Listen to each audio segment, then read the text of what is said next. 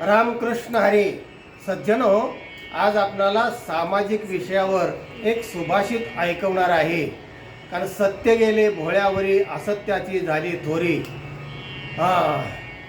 लफंगे, धूर्त, लुच्चे हे लोक समाजामध्ये इतके आता होऊ लागलेले आहेत, पीक आले त्यांचं.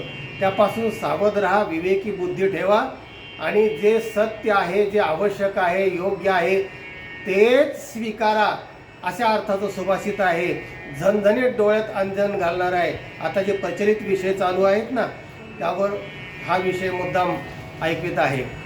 सुभाषितकार असं म्हणतात, पृथिव्याम त्रीणि रत्नानि जलम अन्न सुभाषितम मूढा पाषाण खंडेषु रत्न संज्ञाभिधीयते. तीनच रत्न आहेत पृथ्वीमध्ये, जल, अन्न आणि सुभाषित. यानेच माणूस जगतो.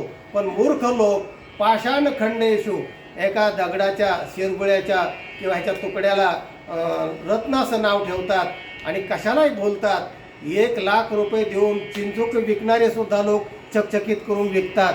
तेव्हा प्रत्येक गोष्ट प्रमाण, युक्ती आणि अनुभव याच्यावर ताडून पहा. विवेक दृष्टी जागी ठेवा. खरे पारखोनी बांधा गाठे. तुकाराम महाराज.